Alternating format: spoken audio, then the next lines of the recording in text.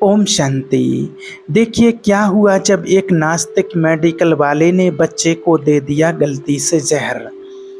एक बाप बेटे की मेडिकल स्टोर थी और मेडिकल में तमाम दवाइयाँ आदि सब कुछ रखी ही रहती हैं और तमाम दवाइयों के बीच में एक छोटी सी अलमारी में पिता ने एक श्री कृष्ण भगवान जी का चित्र वहाँ पर लगा दिया। इस बात को आप ध्यान से सुनना, यदि आपके रोंगटे खड़े ना हो जाएं तो कहना, पर आप श्रद्धा और प्रेम से इस बात को सुनिएगा, समझिएगा।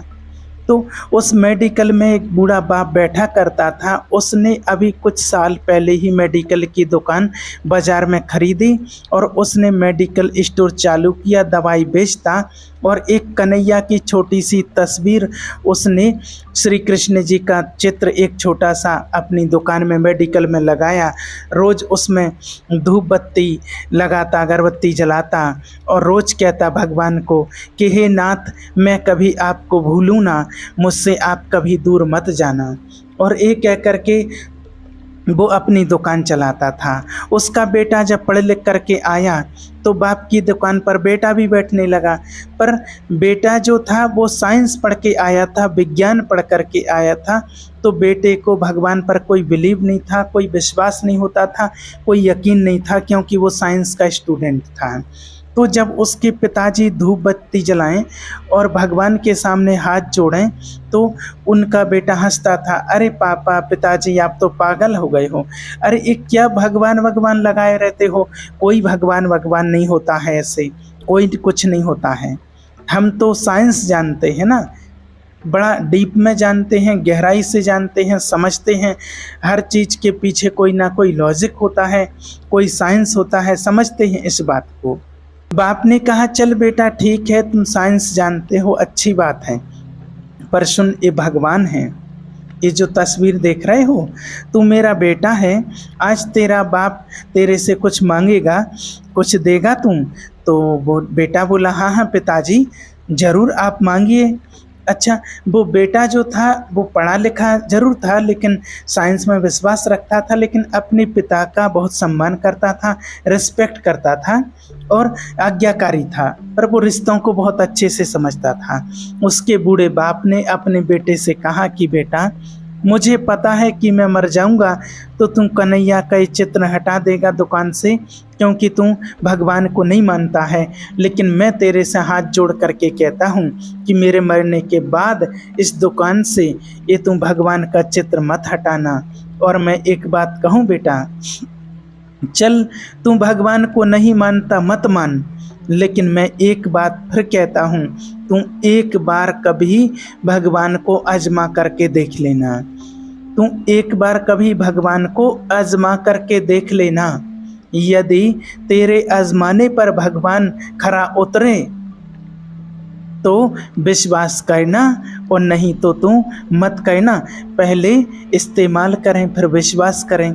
ईश्वर को पहले इस्तेमाल कर लीजिए, ईश्वर को पहले इस्तेमाल कर लीजिए कि प्रभु मैं कहता हूँ ईश्वर है, मेरे कहने से मत मानिए आप, लेकिन आप खुद प्रूव कीजिए इस बात का। आप खुद भगवान के आगे एक शर्त रखिए, आप खुद, कि मैं आपको इस शर्त पर मानूंगा। यदि आपकी शर्त पर भगवान खरा उतरे तो आप मान लो, नहीं तो वो अपने रास्ते और आप अपने रास्ते। कोई जोर जबरदस्ती नहीं है कि भगवान को आप मानो, भगवान को मानो ना मानो, लेकिन एक बार आजमा जरूर लो आप। बाप ने बेटे से कहा कि तुम तस्वीर मत हटाना और कभी ज़रूरत पड़े तो एक बार भगवान को आजमा कर देख लेना। ए बूढ़ा बाप तेरे से भिक्षा मांगता है। उसके बेटे ने पिता को गले लगाया कि ठीक है पिताजी, मैं नहीं हटाऊंगा। कुछ समय निकला और कुछ दिनों के बाद उसके पिता की मृत्यु हो गई। अब घर का सारा कारोबार घर संभालता, कारोबार और पूरी दुकान बेटा संभालता, बेटा देखता। लेकिन एक दिन क्या हुआ, बारिश का मौसम था पानी बरस रहा था और पानी गिरने से सारा मार्केट बंद हो गया और ये अपनी दुकान पर बैठा अपने दोस्तों के साथ बारिश में ताश खेल रहा है अपनी दुकान के अंदर।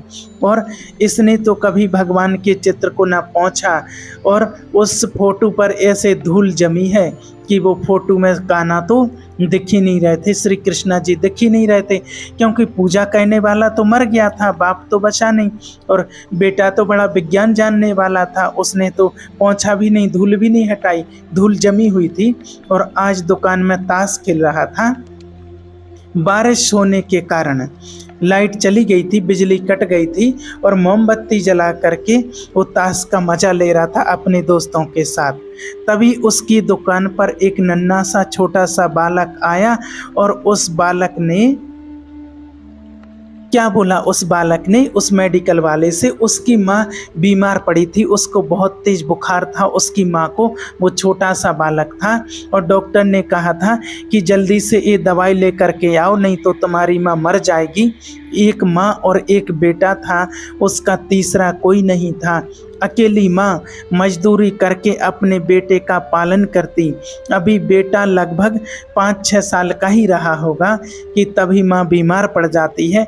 डॉक्टर आया और डॉक्टर ने इलाज किया और उसको लिख कर के दे दिया कि ये दवाई लेकर के आओ और जल्दी से माँ को खिला देना नहीं तो माँ मर जाएगी। उसकी माँ ने अपने छोटे से बेटे को बताया कि बेटा फलानी जगह पर थोड़े से पैसे रखे हैं और जा निकाल ले और जा बाज़ार में देख कोई दुकान खुली हो तो दवाई लेकर के आओ। उसकी माँ तो अचेत पड़ी है और डॉक्टर तो दवाई लिख कर के चला गया कि ये दवाई लेकर के आना और दवाई खिला दोगे तो तुम्हारी माँ बच जाएगी, नहीं तो फिर इसे हॉस्पिटल में भर्ती करना पड़ेगा। हॉस्पिटल में भर्ती कर दो। पर हॉस्पिटल में भर्ती करने की उनकी ताकत कहाँ, इतना पैसा कहाँ उनके पास और कोई करने वाला भी नहीं। जरा सा 6 साल का बच्चा था, माँ बेटे ही रहते थे उसमें, माँ आज अचेत है, मरने वाली है, इतनी बीमार पड़ गई। अब ये बेटा अपनी माँ को बचाने के लिए दवाई लेने के लिए निकलता है। पूरे बाज़ार में कोई दुकान खुली नज़र नहीं आई। बारिश हो रही है, बारिश में भीगते हुए और अंधेरा होता जा रहा है, शाम होती जा रही है, अंधेरा हो गया, पूरे मार्केट में लाइट नहीं, कोई दुकान नहीं खुली। अंधेरे में बेटा रोता हुआ भीगता हुआ और देखता है कि एक दुकान खुली है, एक दुकान खुली पड़ी है और मोमबत्ती की रोशनी उसे दिखाई दे रही थी। और उस मेडिकल स्टोर पर वो चला गया, वो नन्हा सा बालक, और ये दुकान उसी की थी, साइंस जानने वाले उस स्टूडेंट की थी। वो अपने दोस्तों के संग ताश खेल रहा था। तभी बच्चे ने कहा कि भैया भैया मेरी माँ बहुत बीमार है, डॉक्टर ने कहा कि ये दवाई नहीं मिलेगी तो मेरी माँ मर जाएगी, क्या ये दवाई है आपके पास? वो तो अपने ताश खेलने में मस्त था। जब उस बेटे ने 4-5 बार आवाज़ लगाई, तब 4-5 बार आवाज़ लगाने के बाद तो उसने उस बेटे की आवाज़ को सुना, क्योंकि वो तो ताश खेलने में मस्त था। और फिर उठा, उसने वो पर्ची को देखा, बस उसने जल्दी से उठ करके और ऊपर रखी अलमारी में दवाई किसी सी रखी थी और वो उठा करके उसको दे दी और बच्चे से पैसे ले लिए। बच्चा चला गया। जैसे ही बच्चा गया, थोड़ी देर के बाद जैसे ही बच्चा चला गया अपने घर की ओर, वो तो बच्चा दौड़ता हुआ रोता हुआ, उसको तो जल्दी आना था कि जल्दी से माँ को वो दवाई पिलानी है। बच्चा जैसे ही वहाँ से निकला और थोड़ी देर के बाद जैसे ही लाइट आई तो उसको याद आया मेडिकल वाले को कि मैंने यहाँ पर थोड़ी देर पहले चूहे मारने वाली दवाई रखी थी। उसको याद आया उस साइंस के स्टूडेंट को, और मैंने धोखे से गलती से वो चूहे मारने की दवाई मैंने उसको दे दी। बच्चे ने जो दवाई मांगी थी उसी दवाई के साथ उसने चूहे मारने वाली दवाई भी रखी थी कि ये सोच करके कि अभी थोड़ी देर से इसको सही जगह पर रख दूंगा जब लाइट आ जाएगी तो, क्योंकि लाइट नहीं थी उस टाइम पर। अब उसने चूहे मारने वाली दवाई उस बच्चे को दे दी। अब उसको होश आया कि अरे राम राम, तुरंत खड़ा हुआ, अपने दोस्तों को वहाँ से हटाया और बहुत चारों तरफ निकल करके देखा कि वो बच्चा कहाँ गया, किस तरफ गया है, क्योंकि वो तो ताश की मस्ती में मस्त था, तो देख भी नहीं पाया कि किस तरफ गया है, उसको जानता भी नहीं था। और उसने अपना माथा पकड़ा कि हे भगवान, उसकी माँ बीमार थी और जो दवाई वो मांग रहा था वो दवाई नहीं मिली तो मर जाएगी, वो बोल रहा था, और मैंने चूहे की दवाई और दे दी तो वो चूहे की दवाई पी करके तो और मर ही जाएगी। वो समझ गया कि आज मेरे हाथों एक हत्या हो गई, एक बेटे की माँ मर जाएगी, मेरी गलती से उस बेटे का क्या होगा। वो बच्चा तो जानता नहीं है, क्योंकि वो तो छोटा सा बच्चा है, पढ़ा लिखा तो है नहीं। अब उसने सोचा क्या करूं, आखिर करूं तो क्या करूं। तभी उसको अचानक अपने पिता की बात याद आ गई कि अगर कभी भगवान को एक बार समय आ जाए तो आजमा करके देख लेना, ईश्वर को एक बार आजमा करके देख लेना। उसने तुरंत अपने पिताजी जहाँ पूजा करते थे भगवान की, श्री कृष्ण जी का जो चित्र लगाए थे, धूप बत्ती जलाया करते थे, उस फोटो को देखा और उस कपड़ा उठाया और उस फोटो को साफ किया। उस पर तो धूल चढ़ी हुई थी, और हाथ जोड़ करके उसके सामने खड़ा हो गया और कहने लगा, हे भगवान, मैं तुम्हें मान्यता नहीं हूँ, मैं साइंस जानता हूँ, पर यदि तुम हो तो आज उस बेटे की माँ से किसी ना किसी तरह से मुझे मिला दो। हे भगवान, अगर आप हो तो उस छोटे से नन्हे से बेटे की माँ की जान बचा लो, और यदि आज आपने मिला दिया तो मैं मान लूँगा कि आप हो, और मैं मान लूँगा कि ये साइंस की बकवास व्यर्थ है।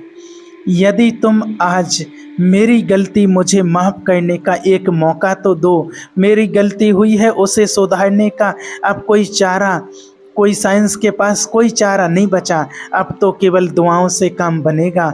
और उसने भगवान के आगे हाथ जोड़े, भगवान से विनती करने लगा और हाथ जोड़ करके कहने लगा, हे विधाता, मेरे द्वारा जो गलती हुई है उसकी माँ मत छीनो। वो बेटा कौन था, वो बच्चा कौन था, वो कहाँ से आया था, मुझे कैसे पता चलेगा। वो ये सोच करके उदास होकर के रो रहा था कि हे भगवान, किसी ना किसी प्रकार से, हे प्रभु, अगर आप हो तो किसी ना किसी प्रकार से मुझे उस बच्चे से मिला दो। वो ये सोच करके उसकी आंखों से पश्चाताप के आंसू बह रहे थे कि तभी वो नन्हा सा बच्चा फिर उसकी दुकान में आया, वही नन्हा सा बच्चा, और आ कर के बोला, भैया क्या ये दवाई फिर से मिल जाएगी। उसने उस बच्चे की तरफ देखा, अरे तुम वही हो ना जो थोड़ी देर पहले आए थे। तो बोले, हाँ भैया मैं वही हूँ। तो बोले, उस दवाई का क्या किया जो तुम लेकर के गए थे। भैया वो मैं दवाई लेकर के गया, अपने घर पहुँचा ही था कि मेरा पाँव फिसल गया, मैं गिरा, और जैसे ही मैं गिरा और जैसे ही मेरे हाथ से वो दवाई की शीशी छूटी और वो पत्थर पर टकराई और वो फूट गई, सारी दवाई बह गई, पानी में वो दवाई बह गई। भैया मैं तुरंत उल्टे पाँव वापस आया। उसने तुरंत बच्चे को गोद में लिया, दवाई ली, उसके घर गया, उसकी माँ का इलाज कराया, हॉस्पिटल लेकर के गया, उसकी माँ को हॉस्पिटल लेकर के गया, उसकी माँ को बचाया, जो भी खर्चा आया उसने दिया।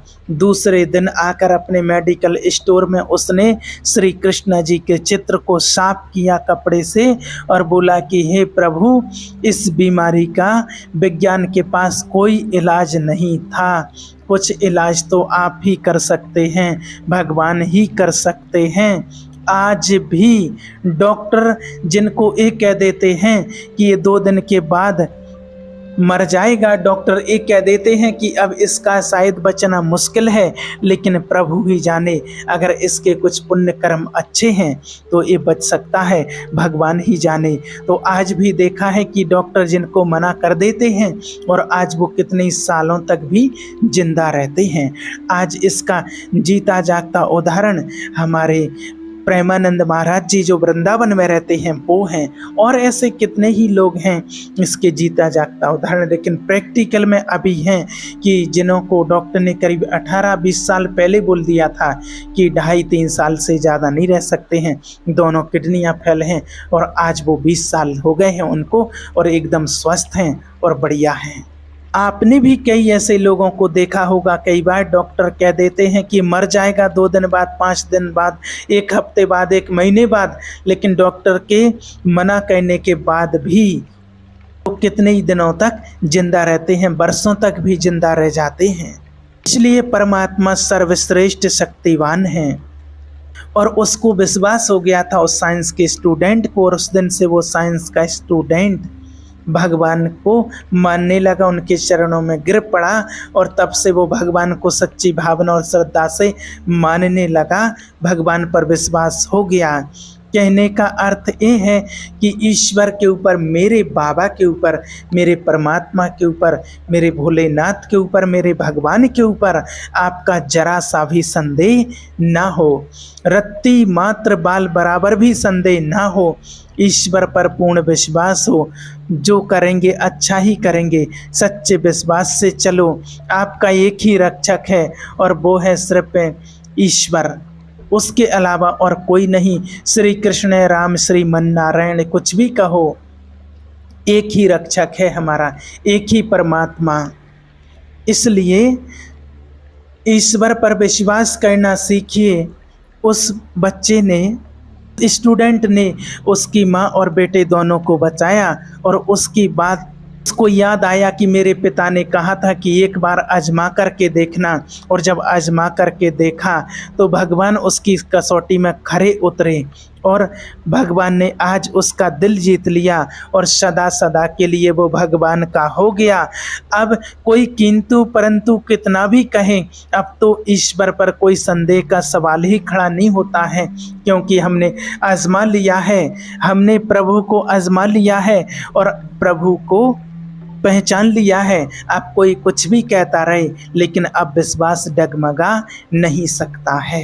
और हमने भी प्रैक्टिकल अपने जीवन में भगवान को कितनी बार आजमाया है, और हर बार भगवान अपनी कसौटी पर खरे उतरे हैं। मेरे बाबा ने हर जगह, हर मुसीबत में जहां आजमाया, उस परमात्मा ने वहीं पर साथ दिया है। आपने कभी आजमाया या नहीं आजमाया? और अगर जिसने नहीं आजमाया हो तो आजमा लीजिएगा, पर आजमाने के बाद फिर किंतु और परंतु, भगवान को एक बार आजमाने के बाद याद रखना, फिर किंतु परंतु ना हो, फिर विश्वास मतलब विश्वास। फिर आजमाने के बाद अगर सारी दुनिया कहती रहे कि भगवान नहीं है, तो आप कहते रहो कि मैं कहूँगा विश्वास के साथ, मैंने अपनी आँखों से देखा है। तो जिसे आँखों से देखा है, जिसको दिल ने महसूस किया, जिसको दिल ने एक्सेप्ट कर लिया, तुम कुछ भी कहते रहो। मेरे लिए तो मेरा भगवान, मेरा बाबा ही सब कुछ है। तुम्हें किंतु परंतु इसलिए है क्योंकि अभी तक तुमने उसको जाना नहीं, उसको पहचाना नहीं, उसको समझा नहीं, उससे प्रेम किया नहीं, इसलिए किंतु परंतु तुम्हारा चल रहा है या नहीं है, है या नहीं है, शक कर रहे हैं। नहीं जी, विश्वास से कहो, दिल से कहो। दूसरे के भरोसे श्रद्धाएं नहीं होती हैं, इस बात को याद रखिए। अपने बल पर, अपने विश्वास पर भगवान का एहसास होगा। ईश्वर मेरे अंग संग हैं, मेरे बाबा हमेशा मेरे अंग संग चलते हैं। हमने महसूस किया है, हजारों लाखों लोगों ने इस बात को महसूस किया है। 24 घंटे जैसे कि मेरी परछाई मेरे संग रहती है, ऐसे मेरे शिव बाबा, मेरा परमात्मा भगवान मेरे संग रहते हैं। ये हमने महसूस किया है। और जिसको दिल से विश्वास हो गया है परमात्मा के ऊपर, भगवान उसकी कसौटी पर हर बार खरे उतरते हैं। ये विश्वास करके आप देख लेना। ओम शांति।